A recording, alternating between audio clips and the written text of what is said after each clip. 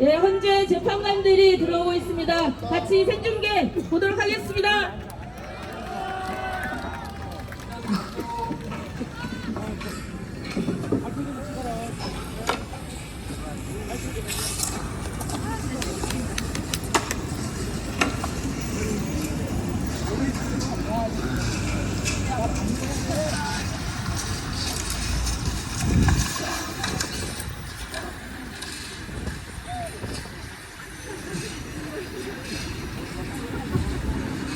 너무 기대보시고 무너지는 거 아니에요? 안전장관께 분명히 말씀드립니다.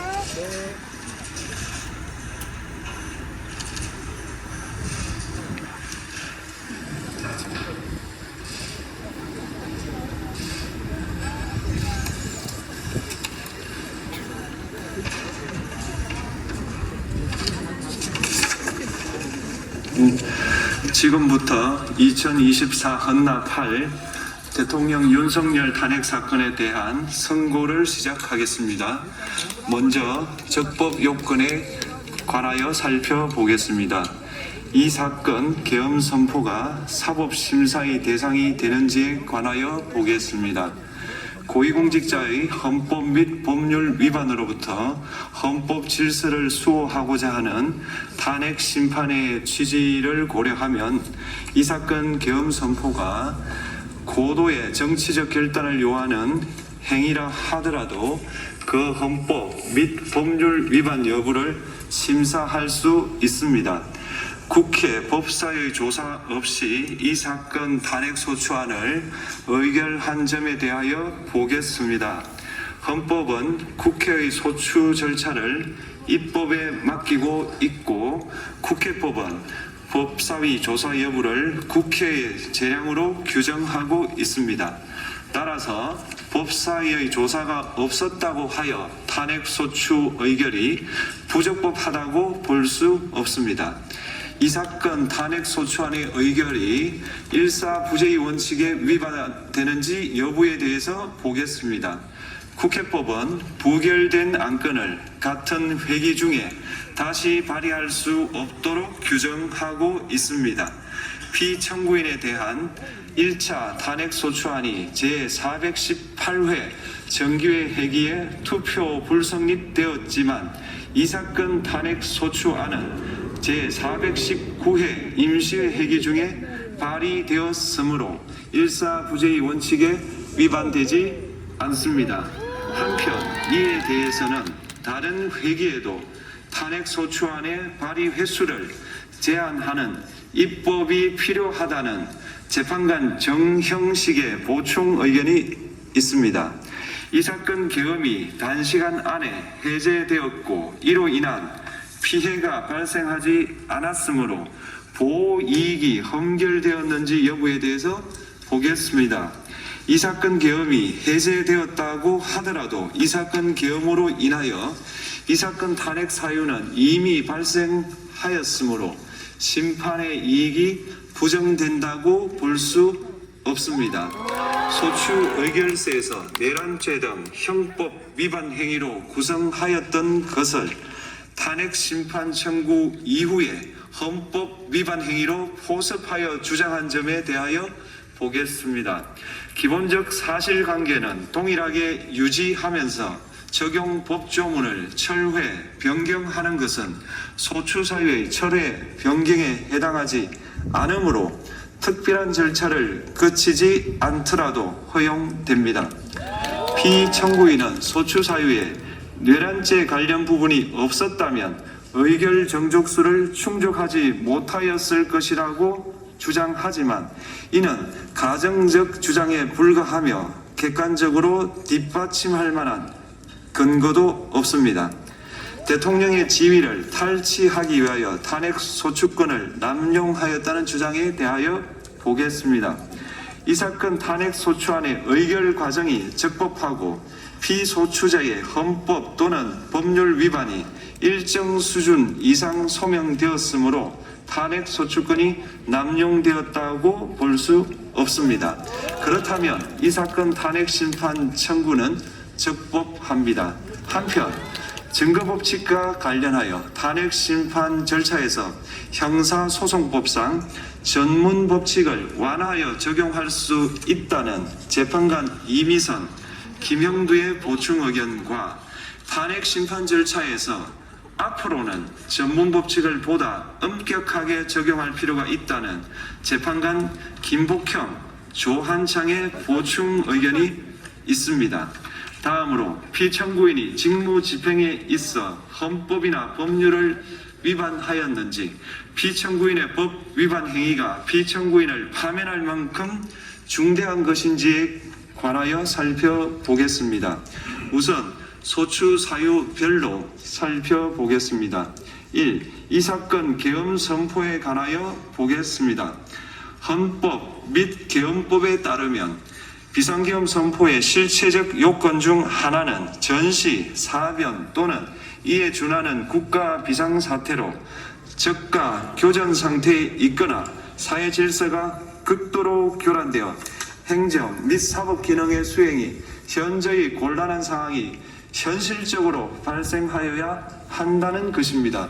피청구인은 야당이 다수 의석을 차지한 국회의 이례적인 탄핵소추 추진, 일방적인 입법권 행사 및 예산 삭감 시도 등의 전횡으로 인하여 위와 같은 중대한 위기사항이 발생하였다고 주장합니다. 피청구인의 취임 후 이 사건 계엄 선포 전까지 국회는 행안부 장관, 검사, 방통위위원장, 감사원장 등에 대하여 총 22건의 탄핵소추안을 발의하였습니다. 이는 국회가 탄핵소추 사유의 위헌, 위법성에 대해 숙고하지 않은 채 법 위반의 의혹에만 근거하여 탄핵심판 제도를 정부에 대한 정치적 압박 수단으로 이용하였다는 우려를 낳았습니다. 그러나 이 사건 계엄 선포 당시에는 검사 1인 및 방통위위원장에 대한 탄핵 심판 절차만이 진행 중이었습니다. 피청구인이 야당이 일방적으로 통과시켜 문제가 있다고 주장하는 법률안들은 피청구인이 제의를 요구하거나 공포를 보류하여 그 효력이 발생되지 않은 상태였습니다. 2025년도 예산안은 2024년 예산을 집행하고 있었던 이 사건 계엄 선포 당시 상황에 어떠한 영향을 미칠 수 없고 위 예산안에 대하여 국회 예결특위의 의결이 있었을 뿐 본회의의 의결이 있었던 것도 아닙니다. 따라서 국회의 탄핵소추, 입법, 예산안 심의 등의 권한 행사가 이 사건 계엄 선포 당시 중대한 위기 상황을 현실적으로 발생시켰다고 볼 수 없습니다.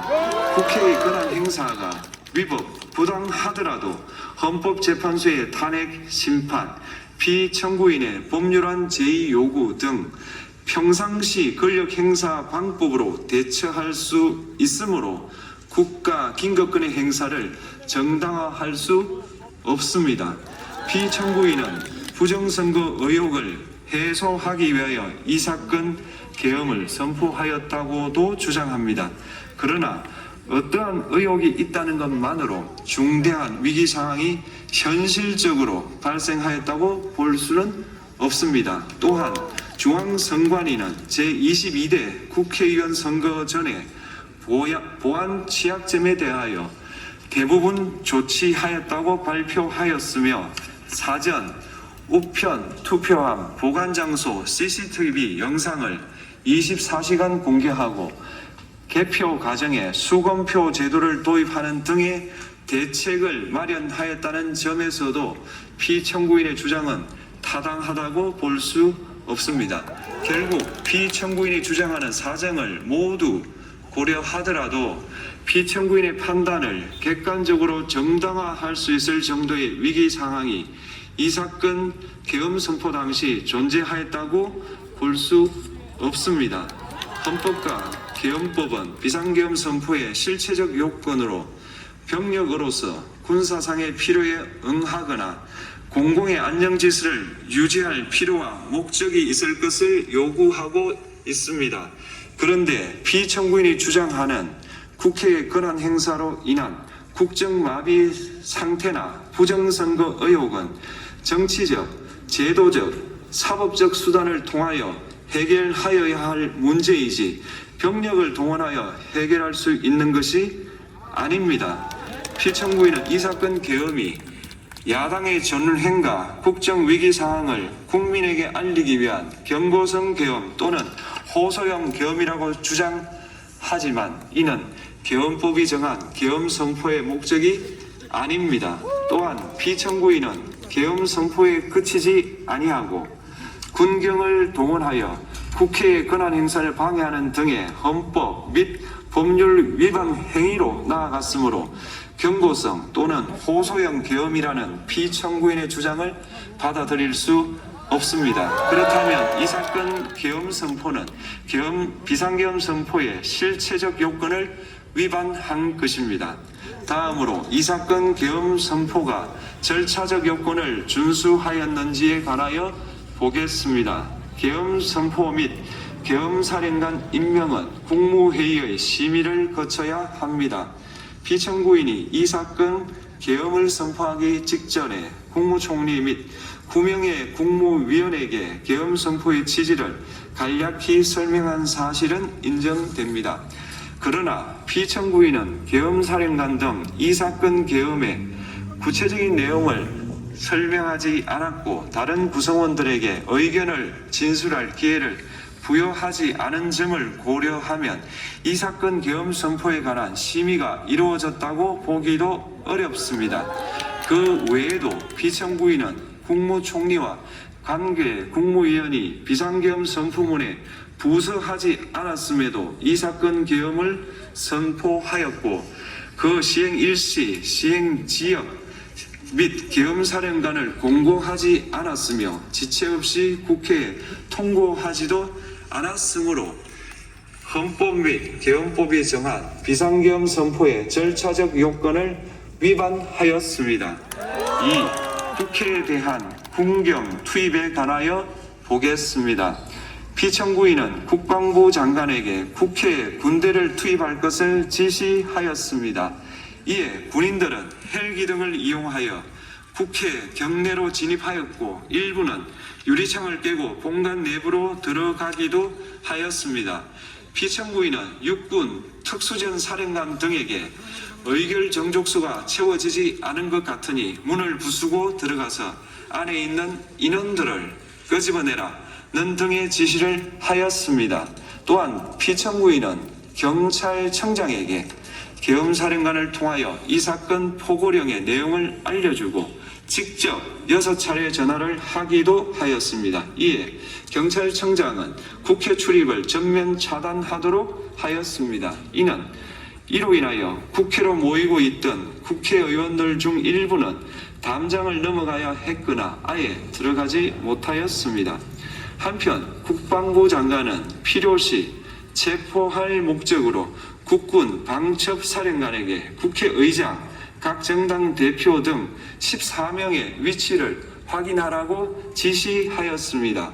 피청구인은 국가정보원 1차장에게 전화하여 국군 방첩사령부를 지원하라고 하였고 국군 방첩사령관은 국가정보원 1차장에게 위 사람들에 대한 위치 확인을 요청하였습니다. 이와 같이 피청구인은 군경을 투입하여 국회의원의 국회 출입을 통제하는 한편 이들을 끌어내라고 지시함으로써 국회의 권한 행사를 방해하였으므로 국회에 계엄 해제 요구권을 부여한 헌법 조항을 위반하였고 국회의원의 심의 표결권, 불체포 특권을 침해하였습니다. 또한 각 정당의 대표 등에 대한 위치 확인 시도에 관여함으로써 정당 활동의 자유를 침해하였습니다.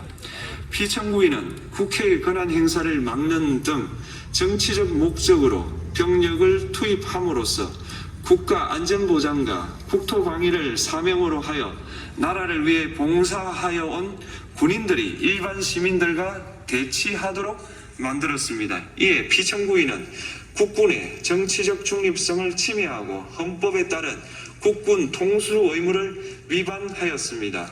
3. 이 사건 포고령 발령에 관하여 보겠습니다. 피청구인은 이 사건 포고령을 통하여 국회, 지방의회, 정당의 활동을 금지함으로써 국회에 계엄 해제 요구권을 부여한 헌법조항, 정당 제도를 규정한 헌법조항, 대의민주주의 권력 분리 원칙을 위반하였습니다.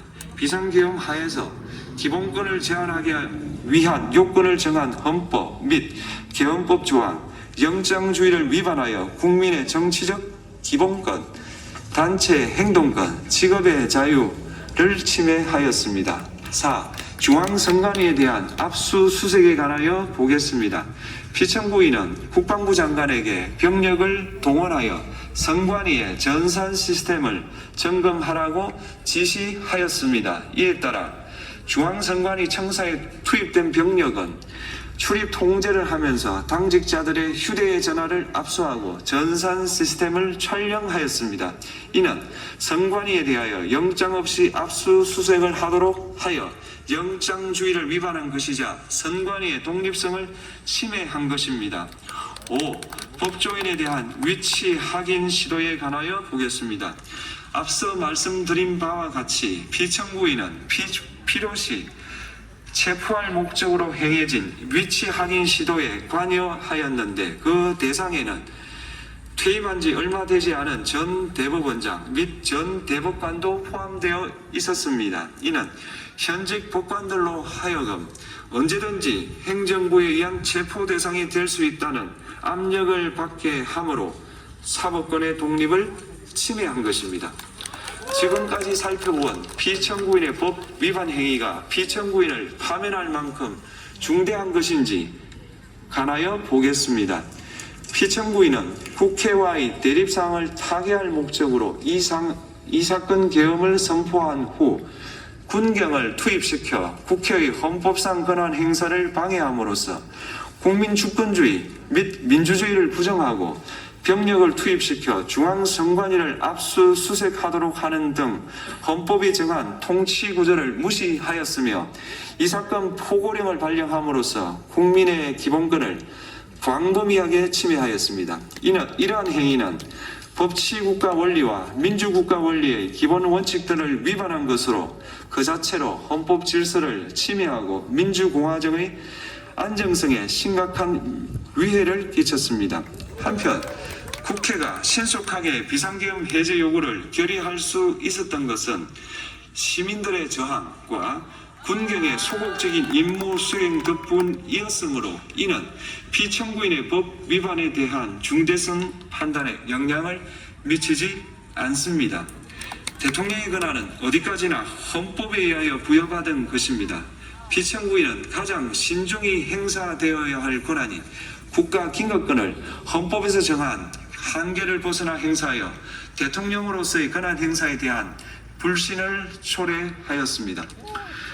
피청구인이 취임한 이래 야당이 주도하고 이례적으로 많은 탄핵 소추로 인하여 여러 고위공직자의 권한 행사가 탄핵 심판 중 정지되었습니다.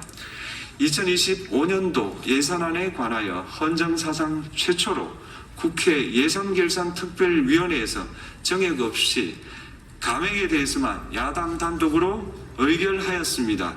피청구인이 수립한 주요 정책들은 야당의 반대로 시행될 수 없었고 야당은 정부가 반대하는 법률안들을 일방적으로 통과시켜 피청구인의 제의 요구와 국회의 법률안 의결이 반복되기도 하였습니다. 그 과정에서 피청구인은 야당의 전횡으로 국정이 마비되고 국익이 현저히 저해되어 가고 있다고 인식하여 이를 어떻게든 타개하여야만 한다는 막중한 책임감을 느끼게 되었을 것으로 보입니다. 피청구인이 국회의 권한 행사가 권력 남용이라거나 국정 마비를 초래하는 행위라고 판단한 것은 정치적으로 존중되어야 합니다. 그러나 피청구인과 국회 사이에 발생한 대립은 일방의 책임에 속한다고 보기 어렵고 이는 민주주의 원리에 따라 해소되어야 할 정치의 문제입니다. 이에 관한 정치적 견해의 표명이나 공적 의사결정은 헌법상 보장되는 민주주의와 조화될 수 있는 범위에서 이루어져야 합니다. 국회는 소수 의견을 존중하고 정부와의 관계에서 관용 그리고 자제를 전제로 대화와 타협을 통하여 결론을 도출하도록 노력하였어야 합니다. 피청구인 역시 국회의 대표인 국회를 협치의 대상으로 존중하였어야 합니다. 그럼에도 불구하고 피청구인은 국회를 배제의 대상으로 삼았는데 이는 민주정치의 전제를 허무는 것으로 민주주의와 조화된다고 보기 어렵습니다. 피청구인은 국회의 권한 행사가 다수의 횡포라고 판단했다 하더라도 헌법이 예정한 자구책을 통해 견제와 균형이 실현될 수 있도록 하였어야 합니다.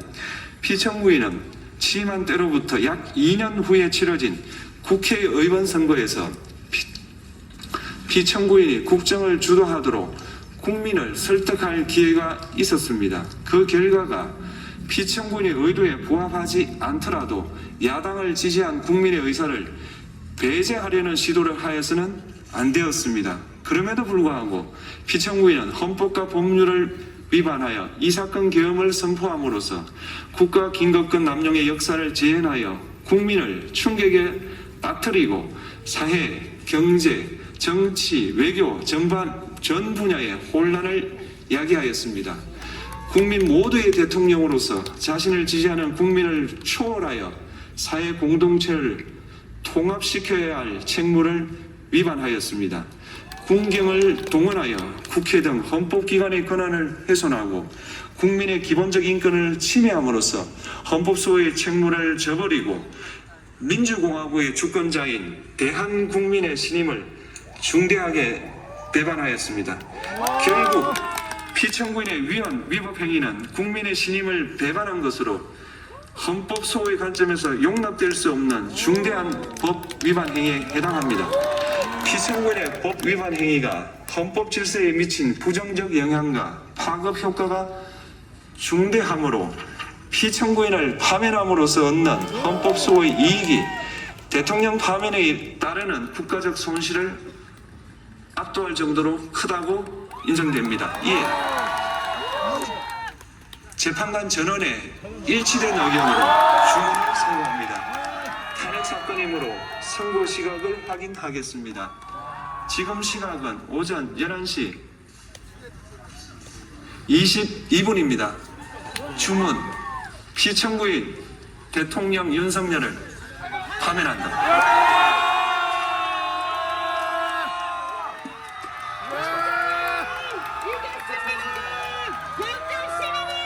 이겼습니다. 우리가 이겼습니다. 불편하죠?